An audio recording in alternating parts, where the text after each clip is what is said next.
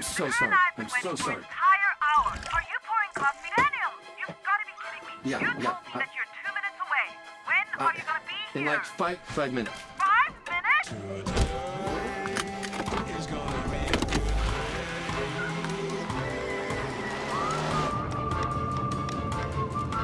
minutes? Daniel? Oh!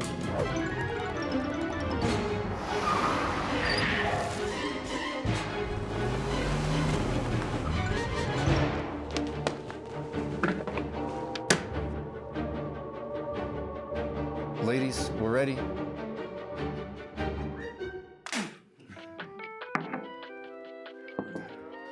Good morning. Hey, good morning. Congratulations. When are you due?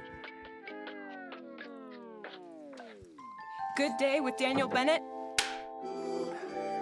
Good day. Well, welcome to another episode of Good Day with Daniel Bennett. My name is Daniel Bennett, obviously.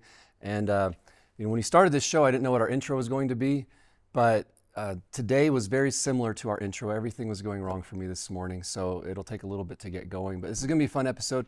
This show is really just, it's not a teaching show. It's not a ministry show. It's just kind of hanging out with friends. It's going to be just kind of a lighthearted talk show where we just kind of talk about a wide variety of topics and get to meet some interesting people. And we've got a very special guest for you today, and so we'll see you in just a moment.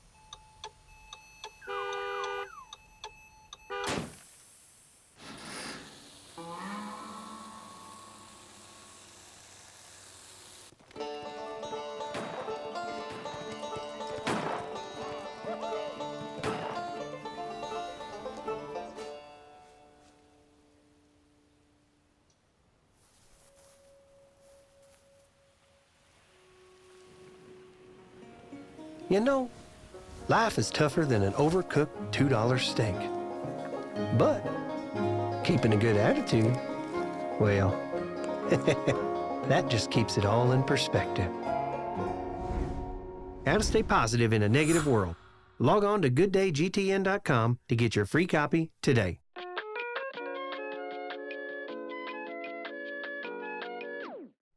Well, welcome back. And today our special guest is Butch Hartman.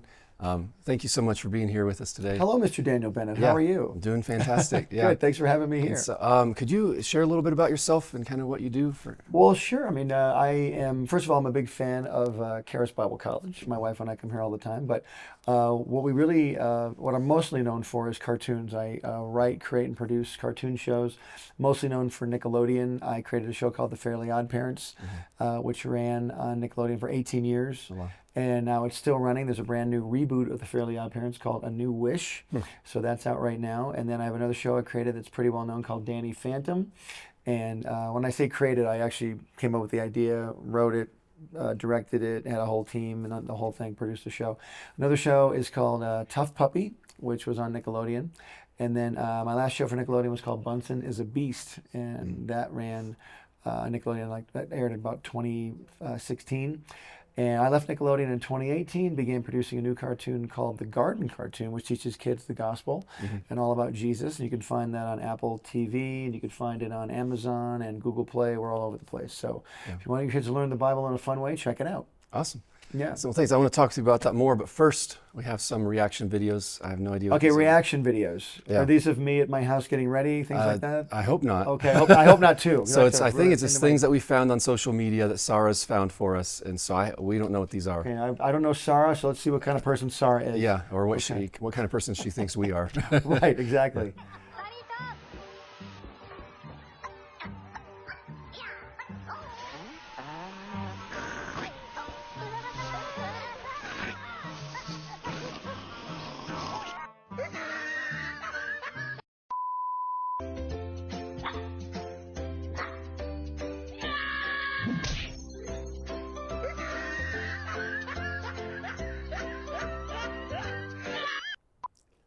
Wow. Yeah. So those were really funny. Yeah. Do we know that? Did we pay that guy to do that? Do we know that guy? No, no clue. Okay. Yeah. He's a random guy online. My first reaction is I love the Minions. I think the Minions are genius, and I wish I'd created the Minions because they're a worldwide sensation. Yeah. So any cartoon character, any cartoon creator or show creator wants to create something that people love all over the world. Yeah. So very cool that the Minions were used in Yeah, that. yeah, memorable. I know the Minions. So I haven't seen one of the full movies yet, but I just remember thinking, because years ago I had an idea and I was like, I think it would be fun to do a show from the perspective of henchmen. I wasn't thinking something like that, but I was like, you always had these James Bond action movies, things like that, and the henchmen, you know, they just kind of drop like flies. They do. They're very disposable. Yeah, and it's I was unfair. like, it'd be fun to have a story about them and their job application process and kind of where they come from. How do you get to be a Because I was like, that's actually funny. Yeah, but I'm going to jot that down on then my they phone. did, then they did that, and I was like, it's kind of still some of the ideas that I stole. I actually know the gentleman who wrote those movies. His name is 𝗵𝒂𝒃, and he wrote Despicable Me, and just a really, really wonderful guy, and huge success with all those movies. And the Minions are just a great creation. They're so funny. Yeah. I like the fact that people can react like that and like watch an actual finished video and then write their own story into the video, which is really funny. Yeah, no, I enjoy that. It's people have a lot of time on their hands. Yeah, I think. yeah. And I try to talk to people about cartoons and kids shows and stuff like that, and everyone's like, "Oh, is it because you have your own kids?" I was like, "No." Right. I just I was like watching to watch this on my kids were asleep. Well, I grew up on cartoons. I mean, that was kind of my escape. I had kind of a pretty chaotic childhood, and I grew up in the '70s, and the only time you could really watch cartoons was on Saturday morning. Yeah. And so I would always be there, tuned in on Saturday morning, and occasionally be some cartoons after school. But I always wanted to draw cartoons, make my own, and ended up making my way out to Hollywood at age 18. Went to college and kind of learned animation, and then kind of learned how the whole process was done, and kind of used what little drawing talent I had. I sort of improved on it, and then got into the business and was able to make my own shows after a while. So did you start off trying to like do everything yourself, or did you specialize a bit more and need to collaborate? With me, I really enjoyed doing it mostly myself at first because I didn't think I was talented enough to ever have anybody want to work with me. I was really insecure at first. And so, and that's how it is when you're an artist. You're kind of learning your own style. You're emulating other people. But then you kind of fall into your own thing. But then when you get a job in the industry, it's like working on a movie set or a show like this. You find what piece of the show you do the best. And so with cartoons, it's the same way, only you're drawing everything. You have to draw your actor. You draw your bulldog or whatever. Then you have to draw the prop. Oh, he grabs a bone. Okay, draw that. And there's a cat who's a villain or whatever. So you have to cast the show. You have to do the props, the set. Where do they live? Is it a doghouse? Are they underwater? What you have to draw all that stuff. So it really takes some learning as to what aspect you like the best. Yeah, I'm jumping ahead a little bit, but I'm very intrigued. So when you direct a cartoon or something animated, you're not telling actors what to do. So is it, when you direct it, I know there's voice actors later, but or maybe, I don't know the sequence, but is it just the storyboarding side where you're just kind of like directing it from the storyboard, or is it, like, how do you direct an animated? That's a super good question. It's funny because like a movie director, you have actors on a set with a camera, and then the director goes, okay, I want you to walk in the door, you're really angry, pick up the phone and yell and slam the phone down. Okay, action. That's what a live action director will do. Well, with an artist, with an animation director, it's kind of the same thing. But you're drawing it. I want the the cat to walk in the room here, but then you set up your shot. You draw the angle that you want, or you have someone do it for you. That's where the storyboarding comes in. And then, so the animators can then see how the character's supposed to move. And then you time it out. They used to have these things back in the old days called exposure sheets. You'd actually write out in pencil, I want this many frames, almost like music sheets in a way. Those aren't used too much anymore. But then, then you animate it that way, and then actually the voices are done first, so that the animators can animate to the voices. If you have an actress who's yelling and screaming, the animator needs to hear that so they can know how to draw it properly. So the voices are done first. So do you just kind of get a feel, like, I imagine you're imagining what's this going to look like the pacing and everything, so like can you really visualize it in advance, or do you have to see it animated and then say, actually I want to chop out? Oh yeah, for sure. No, you have to have a bit of imagination at the beginning, of course, because you've got to draw something. Everybody starts out with a blank page at first, which is kind of interesting. And then you'll see the whole, it's like any movie. You'll basically shoot it, you'll draw it out first. Okay, this joke isn't working, let's fix that joke. Why isn't that working? I need a close-up here. We don't want to wait. We don't want to reveal that kid until here. So let's have that guy move out of the way slowly. It's like any movie. But you have the ability to kind of do anything you want because you're animating it.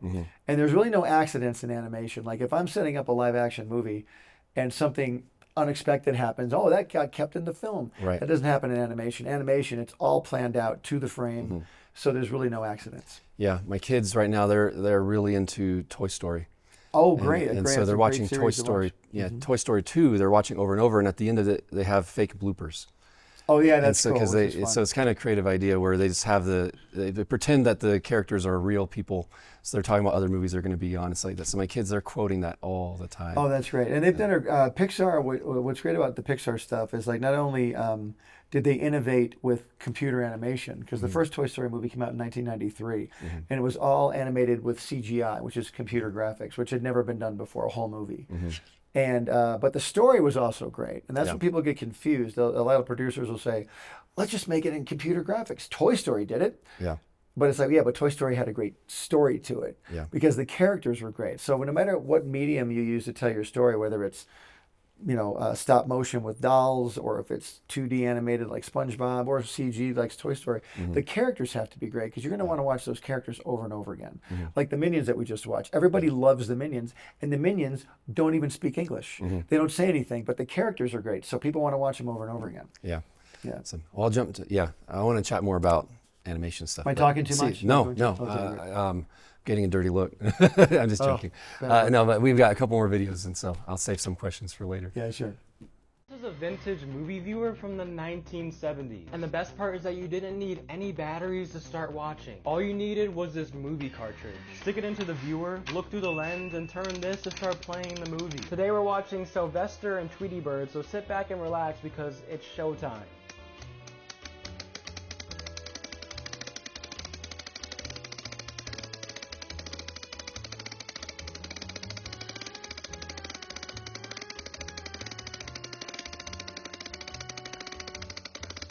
Okay, that is amazing because I used to have one of those. Oh, really? Yeah, and those were the good old days. Like you said, there's no batteries needed, nothing. That was a world where nothing had to be downloaded.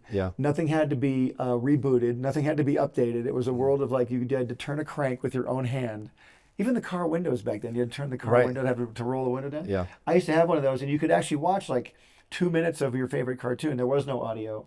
But then I even loved the cartoon they were showing. That was a Warner Brothers cartoon. Oh yeah, those were great. The 70s was a magical time, I tell you. And you had a record. You ever seen a record player? Yeah. But Probably at grandparents' house or something. Thank you. Yes. But yeah, I'm about to be a grandparent actually. So, so that was that's really cool. I used to have one of those. Yeah, see, so I grew up in the 80s. I was born in 81, and so even though those existed, I didn't have one. I don't know why, but I had those little clicker ones where you just like, I forget what they're called. Viewmaster. Yeah, the Viewmaster things. So I loved those things. You hold it up to the light. Still nothing to download in 1981. There was still a world, like a very analog world back then. Yeah, but back then, so I don't know what first got you into doing animation, because when I was a kid in school, sometimes you'd get bored and you'd start drawing stick figures in your book. and you like flip through and Make you a have a flip little, book, yeah, yeah. a little, you know, ninja fight with stick figures or something. Absolutely, yeah. And so what kind of got you kicked off in that? I started watching. I started watching a lot of animation. Like for example, that cartoon that you just showed, I would watch that one over and over again because they would play. All those Warner Brothers cartoons were actually made for movie theaters in the 40s and the 50s because there were no TVs, and so our TV was very new. And so you'd actually go to the movies and watch a cartoon and a newsreel and a movie. But then when TV came out, they would show the cartoons on TV. So that's what I grew up watching were those.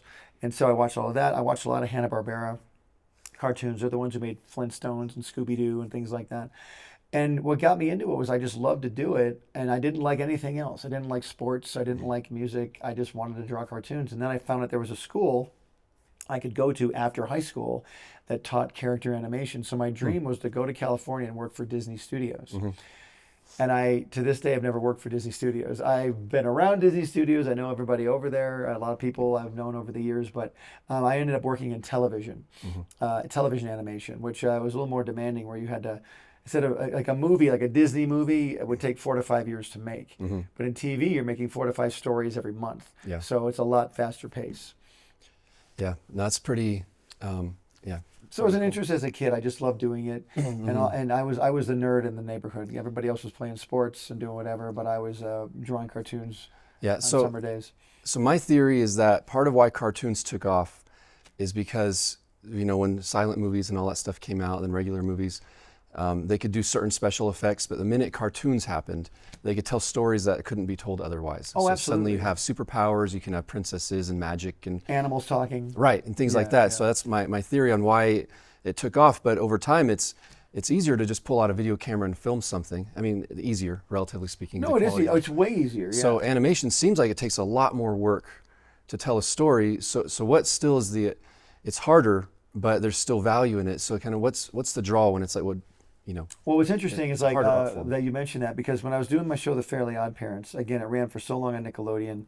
The show was so successful that the studio came to me and said, let's make a live action version of Fairly Odd Parents. Let's make a movie. So we made a movie. It was a 90-minute movie called A Fairly Odd Movie, Grow Up Timmy Turner. Like the lead character grew up and all this stuff. So I now have to make a live action version of my cartoon. And it was really hard because in my cartoon, the characters could make a wish, and whatever the kid wished for could appear right there. Right. Like, oh, I wish I had an elephant. Bink, an elephant. Okay, all you have to do is draw it. But in the movie, if you wish for an elephant, I have to suddenly go rent an elephant, find an elephant wrangler to bring the elephant out, and you only have the elephant for like 8 hours or whatever. So you really got to be careful, because in live action, you really can't do everything you can do in animation. And so I prefer animation myself, because I do want to tell stories that you can't do in real life. You know, I want to be able to go to the moon at a moment's notice. I want to go and shrink and go into a comic book and things like that. So that's what I prefer. But again, there's some amazing live action movies out there that really do things well. They do effects well and things like that. Yeah, because I was reading something about Pixar when they were first starting with Toy Story. Yeah. Everyone's saying like, it's so expensive to try and make this with CG. Why do it? Why not just use other forms? But they're like, we just want to do things We here. just want to do things differently. Yeah. And actually, it's expensive, but if the results pay off, then suddenly everybody wants to do it. Yeah. You know, the pioneers always have to bear the expense initially, you know, because but it doesn't matter the medium you do it in. It's got to have a great story and great characters, because I'm a storyteller at heart. That's what I do. Yeah. And so with Fairly Odd Parents or Danny Phantom, any of my other shows, every time we sat down, we'd have a group of writers in a room saying, what's the story this week? Because you're on a deadline. Hollywood's all about deadlines. It's like, I got to have a script by next Friday. It's like, okay, what's the episode? Okay, this time the kid, there's a big school dance coming up, and he wants to go, he gets a date, but suddenly forgets he has to do this for his parents, and he can't get out of it, or a villain attacks. And, you know, so now he's got to go to the dance for 5 minutes, then go deal with the villain at the same time. Where have you been? Oh, I'm fine.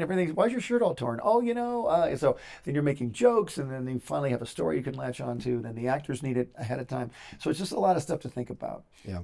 Yeah. So would you be the showrunner on your shows? Yes. So how does it work when you collaborate? Because I imagine that, you know, if you're the creator, you pour a lot into it, but then you're letting somebody else come up with some of the ideas. You really What's have the no balance? choice. You really have no choice. I mean, and I was at a certain point in my career where I wanted to do everything. I'm going to do all of it. And you really realize because of the deadline you're under and the amount of work that's necessary, you can't do it all. And it's actually a great biblical teaching because, you know, God wants us to fellowship with other people. He, you know, Jesus had 12 disciples. Could Jesus have done it all on his own? Absolutely. But why did he have these 12 guys with him? Because he wanted to grow. He wanted them to grow because they were going to have to spread the word for him. So when you are a leader and you become a leader, you need to have people around you, number one, so you can finish your task, but you're also building other leaders as well. And so I got to have people write stories for me, do props for me, and plus I got to hire artists that were better than me. You know, I'm a pretty good artist, but I hired people that would blow me away, but they made me look good. You know, so that was one of the great parts too. It was the collaboration process is a blast. It does get very exhausting because again, you're under the gun. You want to get these things finished. But for me, animation was better, going back to that, than live action, because if I'm doing a cartoon, I get to work 9 to 5 and then go home. Whereas if you're on a live action movie set, you got to show up at 5 in the morning. You're there until like 9 o'clock the next night. We got to get. And it's a very live action schedule is a lot more demanding than animation schedule in that way. Yeah, yeah. I relate a little bit just from these little skit things that I've done. Yeah. Where it's like, oh yeah, it's 2 minutes of content that took, you know, all this amount of time. It took 17 hours to shoot. Yeah, and then it took somebody, you know, 30 hours to edit it, you know, all that kind of stuff. And the end result is great, but if you've got to be able to pay that price, like, can you imagine these actors that have to wear all this makeup? Like if you're in an elaborate, like for example, Chewbacca on Star Wars or something, having to wear that suit all day. Yeah, it's interesting because some of these actors that are in these big famous movies with all these costumes on, the costume is known, but the actor inside is not. Yeah, so they can walk around in public. I was Chewbacca, and then nobody knows. Yeah, yeah, right, yeah. Sure you are. Yeah, so you don't even sound like Chewbacca. Right. He's our next guest, by the way, Chewbacca. We should have him on here. Yeah. So we got one last video, and then... okay. Yeah. Is this the... What's your name? Lana. Lana? Lana. Lana? Lana. You're saying exactly what I'm saying. Lana. Lana. Lana? Lana. Did I not just say that? Spell it. Lorna. Lorna. Lorna. Not even a real name. I see why you mispronounced it. Lorna? What's your last name? The Rings? Lorna the Rings?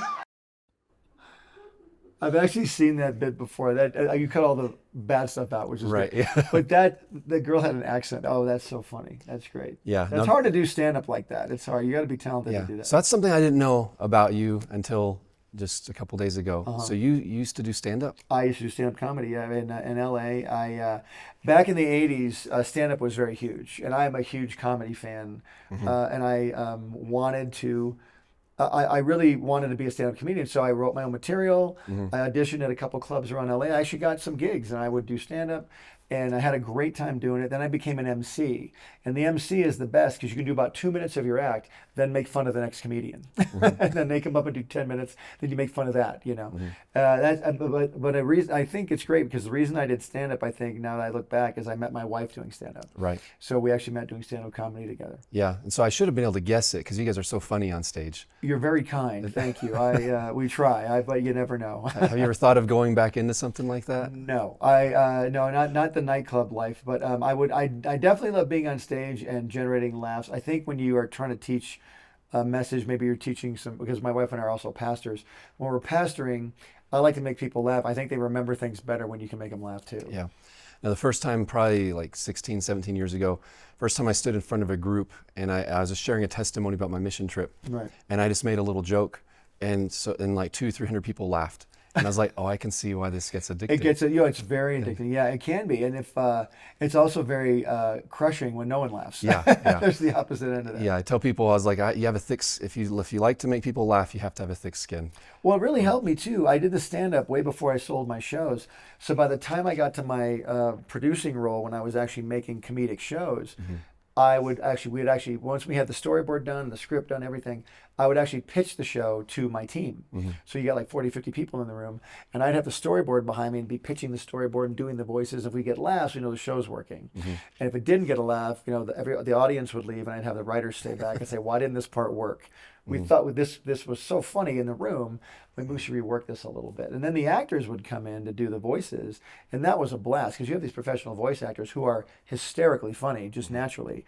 And they would take our joke, and the only rule I had was, we worked really hard on this joke, and if you can make it better, please do. But please don't rewrite what we just did unless you can make it funnier. And they would always make it funnier. Yeah, yeah. And so are there any, what are some things you learned in stand-up comedy that translate? Like, are there elements of that carry over? Or? Yeah, absolutely. When you're in a room with a bunch of writers, you got to be quick, because everybody in the room is funny, and everybody in the room's coming up with jokes. But what I realized as a stand-up comic, that if you can write your own material, you're always going to be able to work. If you're dependent on other people, it's like in life. If you're dependent on other people for anything, you're always going to be, like the Bible says, the borrower is servant to the lender. If you can create your own comedy and your own career, you're always going to work. So I realized that as a stand-up, I wanted to write my own stuff all the time. And not have someone write it for me or whatever.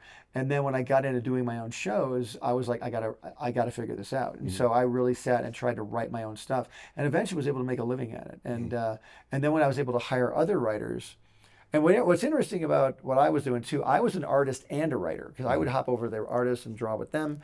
Then I'd go into the writer's room. But my writers weren't artists. So they would write stuff that was pretty cool, but I'm like, we can't do this. This is too elaborate, and the time we have, we can't do 17 herds of elephants running through. I can do 4 elephants, right? Because I know as a producer and an artist that the limitations of the time I have. And so that was good to know. But the stand-up world really helped me learn about writing and joke telling. Like, it's got to be quick. Certain words are funnier than others. Certain timing elements are funnier than others, that kind of thing. Yeah, and I love listening to interviews with comedians about kind of their craft and their style. And I didn't realize that, you know, because it's easy to see a comedian and say, oh, if someone's funny, they just stand on a stage and they're funny. But it's a totally different craft, and it's in some ways it's a form of acting. Yeah, and it was really weird. Like the one we just watched, the stand-up comic there, you might do that same bit the next night and no one's laughing, because it just depends on the audience. You know, like that girl he was reacting to in the audience, she won't be there the next night. So you know that will just change the whole vibe of the whole show. And you got to be on you. And if someone starts heckling you, you can either cave into the heckler, or you can come back at the heckler, and hopefully overdo them with your comedy stylings. But it's tricky though. The live world's really weird. Yeah, I know. My favorite comedian right now is Nate Bargatze. I love Nate Bargatze, because he's clean too. He's a genius. Yeah, he's funny. This will sound bad, but he's so funny. I didn't realize he was clean. Yeah, because usually when people are clean, it just isn't as good, because they're holding back. But he's so good that he's better than the ones who aren't clean. He's so good. He's got a deadpan face too. He never smiles. And he was on Saturday Night Live, and did you see the George Washington sketch? Yeah, that's one of my favorites, yeah. Oh, that's such a great sketch. And a friend of mine, I quote that sketch all the time. Yeah, one of my favorite things he did, just speaking of like adapting live, is I think he was in Houston and a fly started bothering him on stage. It's one of the funny, we should probably find that. I don't know if we can even use it, but it's one of the funniest things I've ever seen, because this fly starts attacking him and he just weaves it into the show. And it's one of my favorite things. It's so funny. That's great. Again, being spontaneous like that and being quick like that. It's hard to be quick and funny at the same time, but it takes, it's like being a Jedi Knight. You have to train. Yeah. Remember in the first Star Wars movie, Luke Skywalker wasn't a very good Jedi Knight, but by the third movie, he was really good at it. So you've got to train in everything. And so it just takes that skill and that getting up on stage over and over again. Imagine it's that determination to say, I have to get through being bad to finally get good. Look, everybody's terrible when they first start at anything. You're never good when you first start. There's very few people out there that could just pick up a guitar and be amazing at it day one. Some people can be. We hate those people, but they can be. But the people that get good, it's always a series of failures before you get to be that point where you can do it second nature. Yeah, well, it gives me hope for this show. Me too, Daniel. You're looking good so far. Yeah, I appreciate it. Let's record the next one. Yeah, sounds good. Thanks for the rehearsal. We'll record the next show and we'll be fine. Awesome. So we'll continue this one on tomorrow's episode. Let's do it. So, thank you all very much for joining us. Have a great day. I'll see you tomorrow.